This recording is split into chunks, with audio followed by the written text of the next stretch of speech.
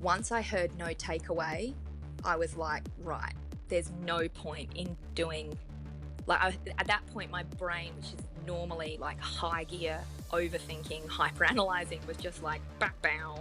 There is nothing we can do. This lockdown, although short, means that we literally just have to pack up and get out. Today on Dirty Linen, we are heading back to Adelaide, which is just entered its sixth day, fingers crossed, lockdown. We're talking to Daisy Miller, who's one of the owners of Soi38 in the city of Adelaide. Daisy, welcome to Dirty Linen. Hi, Dani. Thanks for having me. When we were lining up this chat a couple of days ago, we were juggling it around like school pickup times, and we just could not have imagined that when we actually spoke there would be no school because your city is now in lockdown. Absolutely. It was, the school thing above everything probably, takeaway in schools took me aback. It's definitely harsher than any of us were anticipating. Yeah, and it happened so quickly, which I guess, is good. I mean, that's the idea, isn't it? To act swiftly and to hopefully just, smash it. And it was fantastic to hear that there are no new cases today. But yeah, talk me through how this week's been for you. So I guess we started getting a little bit nervous on Sunday as the news started coming around this cluster. And the idea that it had escaped a Medi Hotel. And at that point, we didn't know how long it had been in the community for. So it was all feeling a little bit worrying. I guess this time, though, although we were sort of concerned about what that would mean for hospitality, we have done it all before. So it was that sort of strange, like, concern but familiarity and a knowledge that we got through it last time. So there was a certain level of optimism this time round, that it was all going to, like, change, but we were going to manage it. And I guess also, like, we'd watched obviously what happened in Melbourne, but we'd also been watching, Sydney and Queensland, and there were like these little breakouts, but nothing really changed. Everyone was just a bit more on alert, but sort of life went on. And so I guess this sitting here today is not where I pictured we would be on Sunday, despite the worry. So, okay, so you noticed it, you thought about it. You're still feeling pretty much okay. How did the week start to play out? So I guess Monday morning we're closed Monday, so we don't have any service on Mondays at all. Since the first lockdown, we've kept that day free, and we just have a sort of admin day. So we sat down, sort of the restaurant manager, myself and my husband sat down and talked about what we could do. So if they reduced our dining room down to 4 square metre, 2 square metre, it's all backwards to me at the moment, spacing, basically the minimal, we were only going to be able to have 12 people in our dining room. At the start of the pandemic, we made the decision that it wasn't worth having the dining room open because, that's sort of pre-JobKeeper and, having enough staff on to look after 12 people and man the phones for takeaway and the kind of public health risk at that point when we didn't really know what we were dealing with. We made the decision last time to close before the lockdown because we were in the position where people think of Thai food when they think of takeaway. So we knew we would kind of be able to roll with it for a little while. So this time we had that sort of planning. What will we do? We'll bring back, if there's limits on our dining room, we'll bring back the recipe boxes we did before. We'll do some sort of refrigerated food delivery again. We'll do takeaway. We had these things we could sort of, excuse the tired term, that we could pivot back to.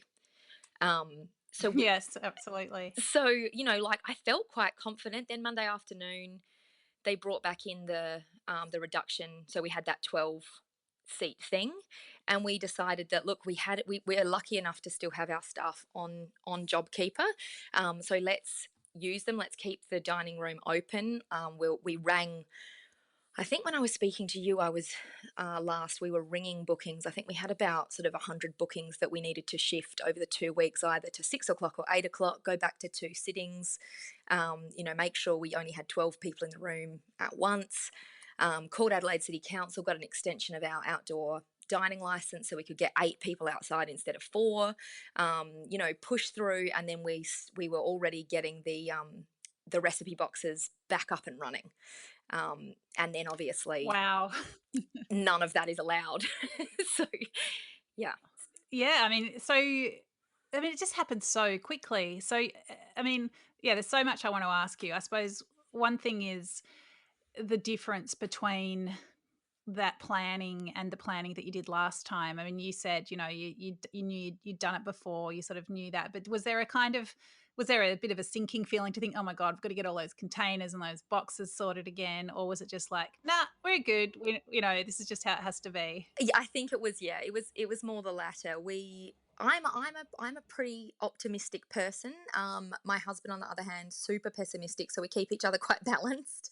Um, I I felt like, it will keep us busy. Even though, like, we had such a good time. I mean, last time we were, I had my front of house staff, packing boxes. And so we were all able to, at social distance, we did keep ourselves quite separate. And I was very strict and quite anal, actually, about only entering one door, washing your hands, sanitizing your hands, coming in, leaving through the other door. So we had it was safe, but, Lady Gaga dropped Chromatica. We were having a bit of a sing along. It was fun. I was sort of looking forward to the nice parts of lockdown one, I guess. It's so funny to hear you talk about that because I remember the energy of the first lockdown here, and it was that it was I mean, it was very destabilizing. It was distressing in lots of ways, but there was that energy that people could put into it, and there was that bit of the novelty, and yeah, I mean, there was fun. There was some of it. It was different. It was fun, and you sort of felt like we were all getting on top of it, and you were going to come out the other side. But I think like this, I've forgotten that lockdown could be like that because our second lockdown was such a grind, like there wasn't that energy and yeah, it got hard and it was long. And but yeah, now talking to you, I remember what it was like in Yeah. March and April. It was a very different vibe. Okay, so you thought that you're sort of going back into that space, and maybe Lady Gaga might drop something else, and that could be your new tune. But I mean, Kylie's album's just dropped. I don't want to, reveal too much about my musical taste, but it's not a bad time for music, 2020. it's true. There's been some really good stuff. But anyway, none of that was to be because the news from Premier Marshall was quite different. So how did that? Where were you when you heard that, and how did it hit you? So we were sitting staring at my laptop at the bar at work. My brother is my other business partner. He's a front of house manager, and my husband. So we're all quite obviously close. I mean, working in hospitality, you always are close, but we've got that extra level of we're family. And we had got a text that the press conference was meant to be at about 11:30, and we got a text from like a friend of a friend, like, oh my God, I'm sure this is the same story around Australia. Like, I've got a friend of a friend who works for SA Health, and they say that at this time this is going to be the announcement. And so we got that text, and the text was that it was going to be a mask mandate. That's what was coming. And so my brother and I decided, and the press conference had been delayed. That was the other thing, and that's never a good sign. One, in South Australia, the bad news tended to come on Wednesday, and the directives tended to come, like, for the upcoming changes, tended to happen on a Wednesday for a Friday change. That just seemed to be the way it happened. So it's a bit like watching Dan Andrews come out in his North Face jacket or not. Like, that was a sign that something wasn't quite right. So we walked up the road, my brother and I walked up the road to get some reusable face masks for our staff, just because they were all stuck, basically around the city for different, like its uni exams are finishing at the moment, and, they were all stuck. So we thought we'll go in and get some masks. We got some disposable masks. My brother and I rang our mum and asked her if she needed us to do any shopping. She wanted, I think, nectarines and 2 litres of milk, so it was pretty simple. Definitely not panic buying. And then, yeah, we sat down at the computer and watched the news conference happen. And I think once I heard no takeaway, I was like, right, there's no point in doing, at that point, my brain, which is normally like high gear, overthinking, hyper analyzing, was just like, bow, bow. There is nothing we can do. This lockdown, although short, means that we literally just have to pack up and get out. The next thing I thought was, I'm going to have the kids at home. It's 36 degrees tomorrow. So the panic buying we did was to drive to Clark Rubber to buy a swimming pool, basically. And that was our plan. Wow. And did you Yeah. trade on Wednesday night? We decided not to. Funnily enough, I did have a phone call from one of our bookings. We left them a voicemail saying we were choosing not to trade, and she was quite irate, and saying Oh, like the lockdown doesn't happen till 12. You know, you're costing me my last night of freedom. Blah, blah, blah. So you know, you just have to kind of. People obviously react quite differently, and she was reacting like an asshole. So it was a funny. Everyone else was pretty cool about it, but yeah, she was obviously really looking forward to a green curry. Um, yeah. and yeah, Well, it's a good green curry. I mean, yeah. yeah, that's it. So, what about? I mean, you obviously would have had a lot of stock to deal with. I mean, what were the sort of practical implications of closing so quickly? Yeah, I mean, for me, it was like, clarity for my staff, especially some of whom live in the areas where there is like a high number of people having to self quarantine. So, some of my staff are from Mawson Lake. So, my kitchen team, I had 4 of them out of action anyway, because we just chose to take a really high risk approach and ask them not to come in for service that night.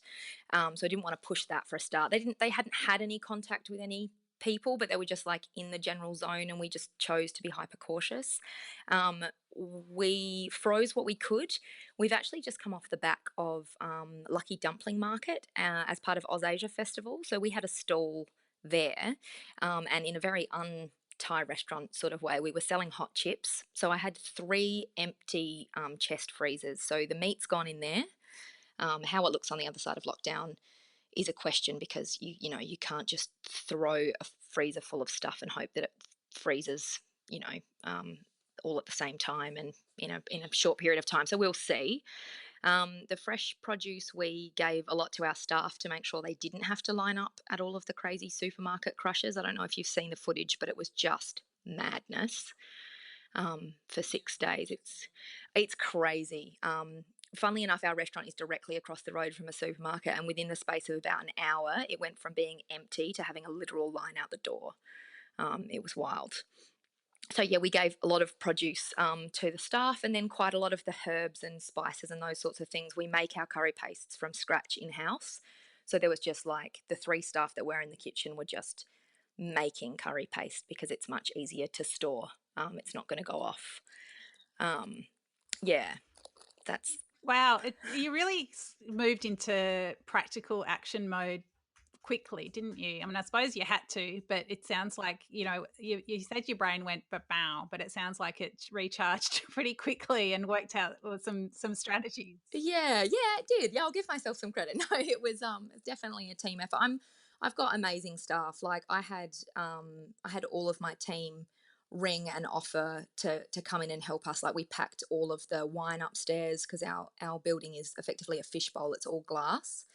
And it's right in the center of the CBD. So we have to move sort of stuff out of view and out of fridges and all of that kind of jazz.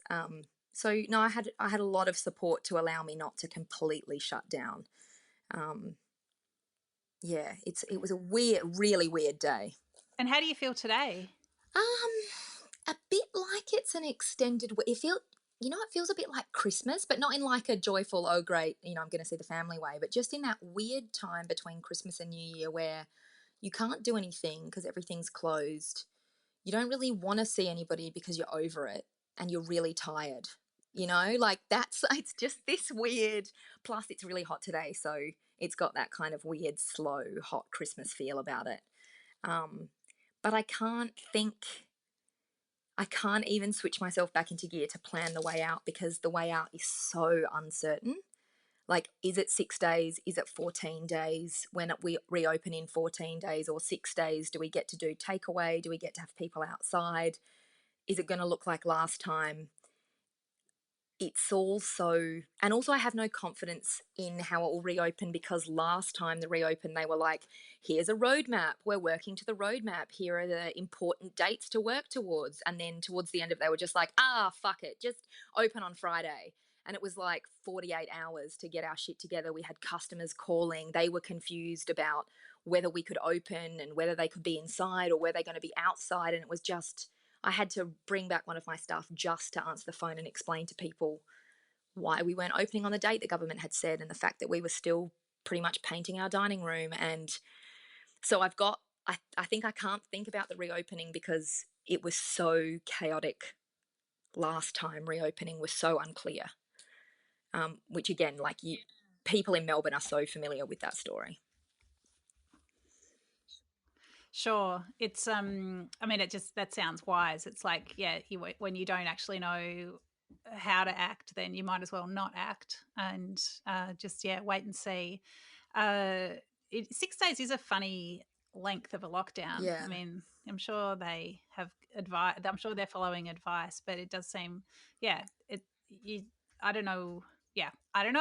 I'm not an epidemiologist or a health modeler, but But it's yeah, just a number. It's a number we haven't heard before, right? Throughout all of this, it was like I remember being at this meeting at the very in March, and we were at Lee Street Wine Room, and Sally Sassy had organised the Premier to come and a whole lot of hospitality people to be there, and all we were asking for as a group was like, please lock us down.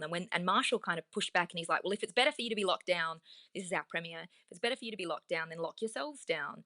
And our argument was, no, no, no, we need clarity. We don't want to upset our guests. We want to give our suppliers a clear footing. We want to give our creditors an understanding of why we've made this decision with outstanding invoices. We need to negotiate with our landlords. Like, we were asking for a lockdown, but it was about asking for clarity more than anything. This time it's like they've taken none of that on. Like, this isn't clear either. And it's, at that point, we thought it was going to be 14 days shutdown. And Marshall said to us at the time, well, it's going to be longer than 14 days, because of the epidemiology of it. And so now a 6-day lockdown just feels like, well, either make us do it or don't. But I don't know. I don't mean to be a petulant brat about it, but it just is a confusing period. It's 6 days is a blip in some ways, and like really damaging in others. yeah, and it's like 5 weeks till Christmas. It feels like, however let's say you do climb out of it in a week, then it doesn't seem like it'll be like what as you were. There will be restrictions. It will be a progression, won't it? So that whole period, that I'm sure in Adelaide, it felt pretty normal, right? Like you didn't. Things just felt like normal life was proceeding.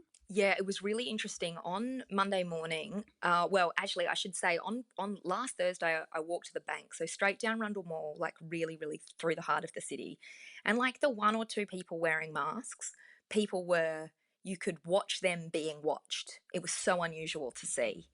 Interesting. And then yeah, I know, sorry, say that to somebody in Melbourne where it's like, been, months of this sort of thing. But then on Monday morning, so after the news on Sunday, you sort of, there was like maybe 5 or 6 people per kind of group of 100, but the mall was still busy.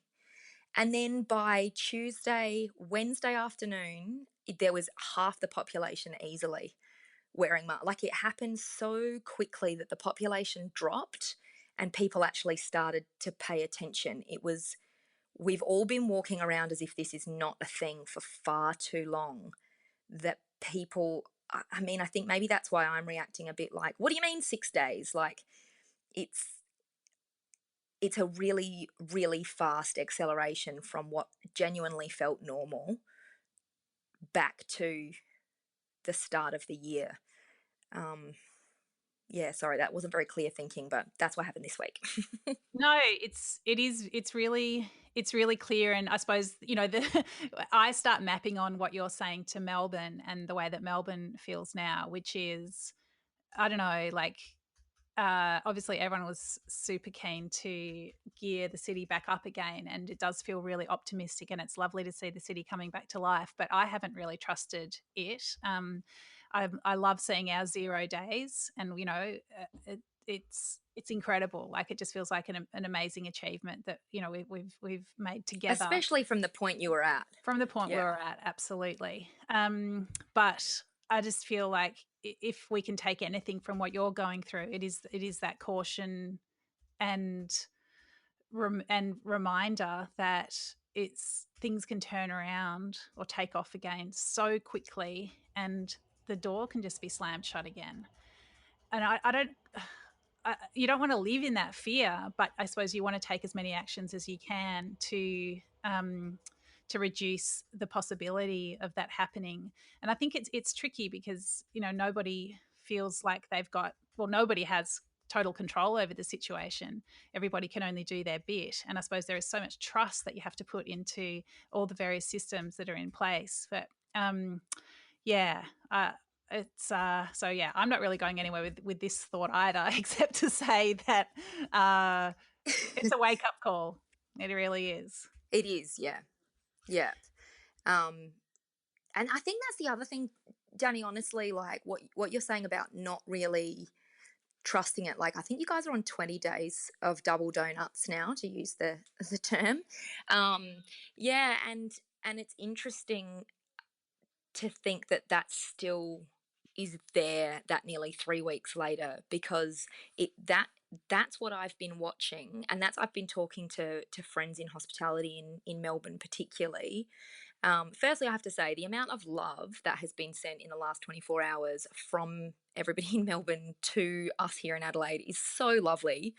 Because I think, you know, for a minute there, Victorians were the butt of some pretty horrible memes at a pretty traumatic time, and not a lot of understanding about how bloody harsh it was. So it's very kind of you all, I have to say, firstly.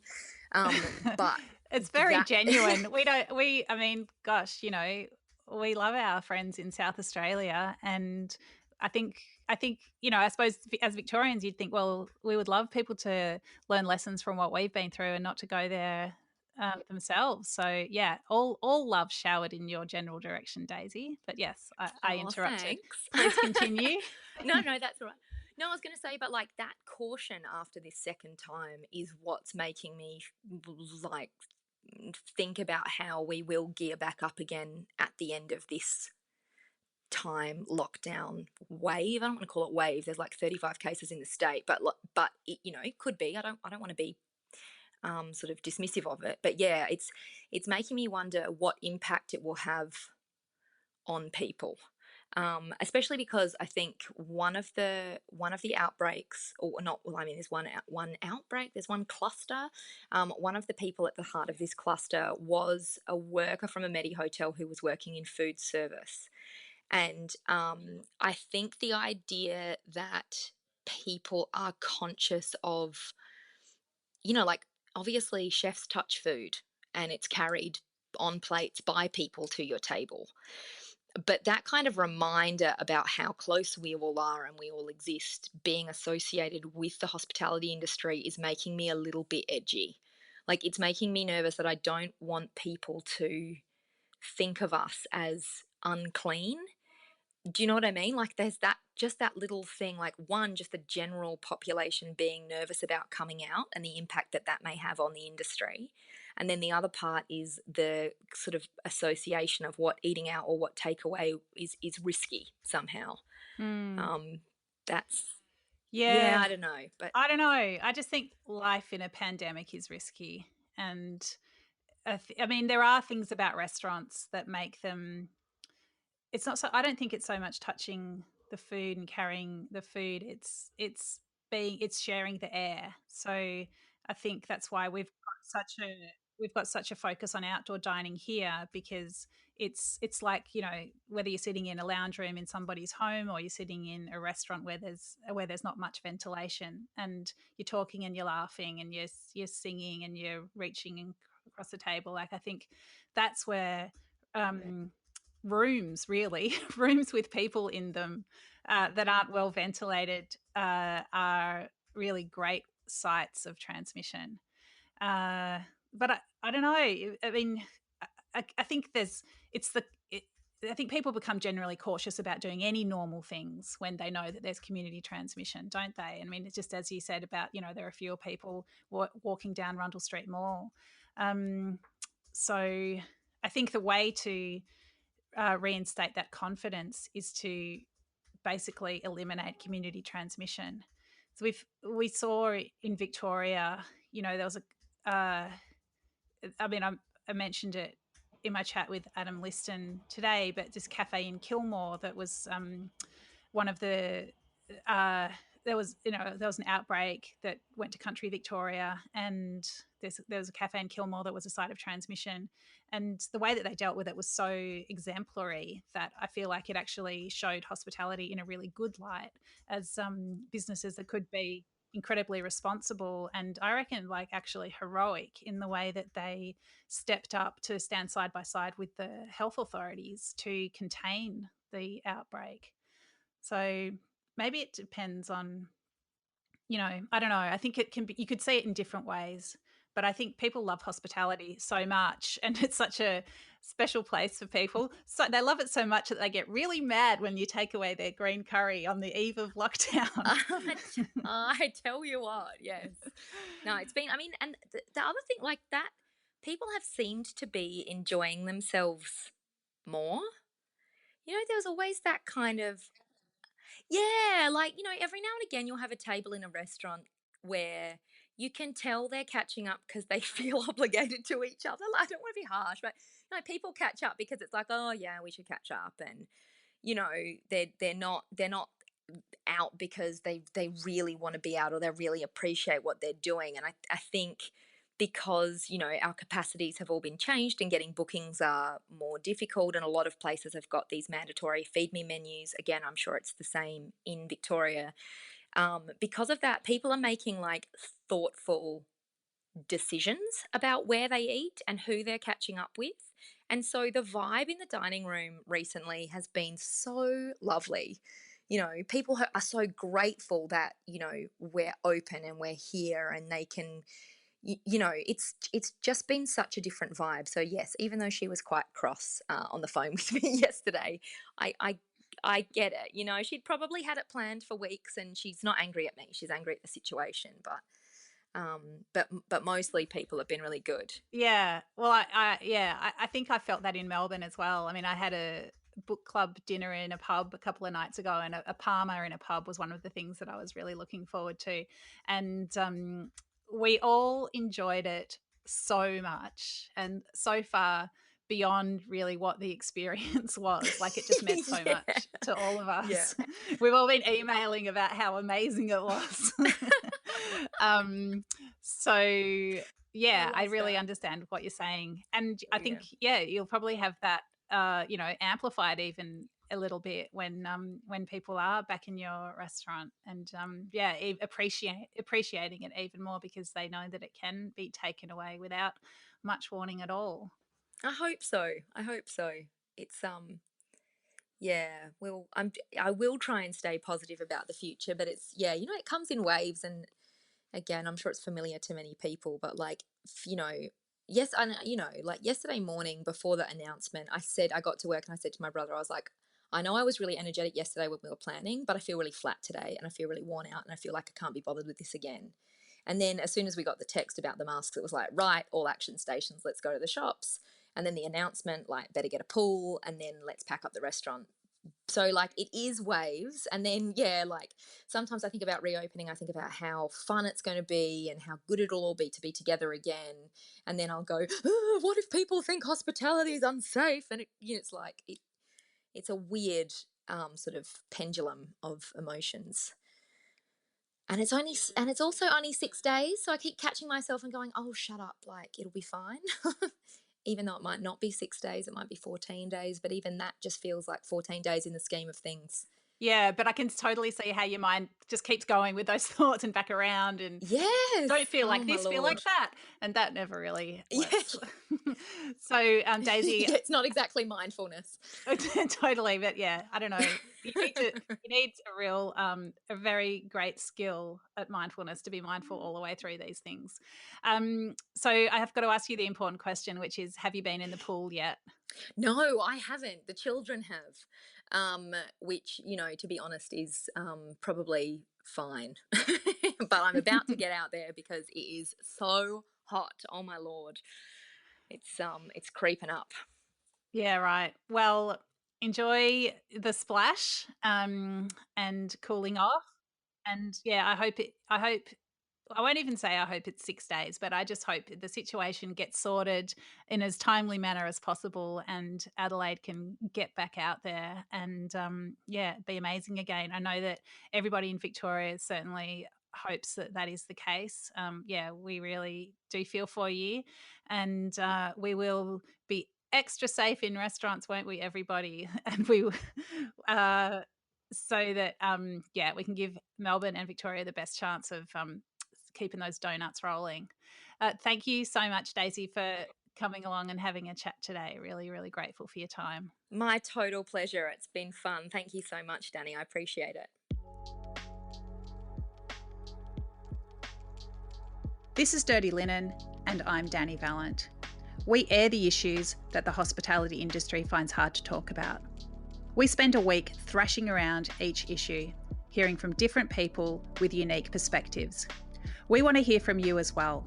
If you have something that needs to be said about a topic, get in touch so we can include your perspective. Contact us at dirtylinen@deepintheweeds.com.au or hit us up on Insta at Dirty Linen Podcast. We can't wait to hear from you. This is a Deep in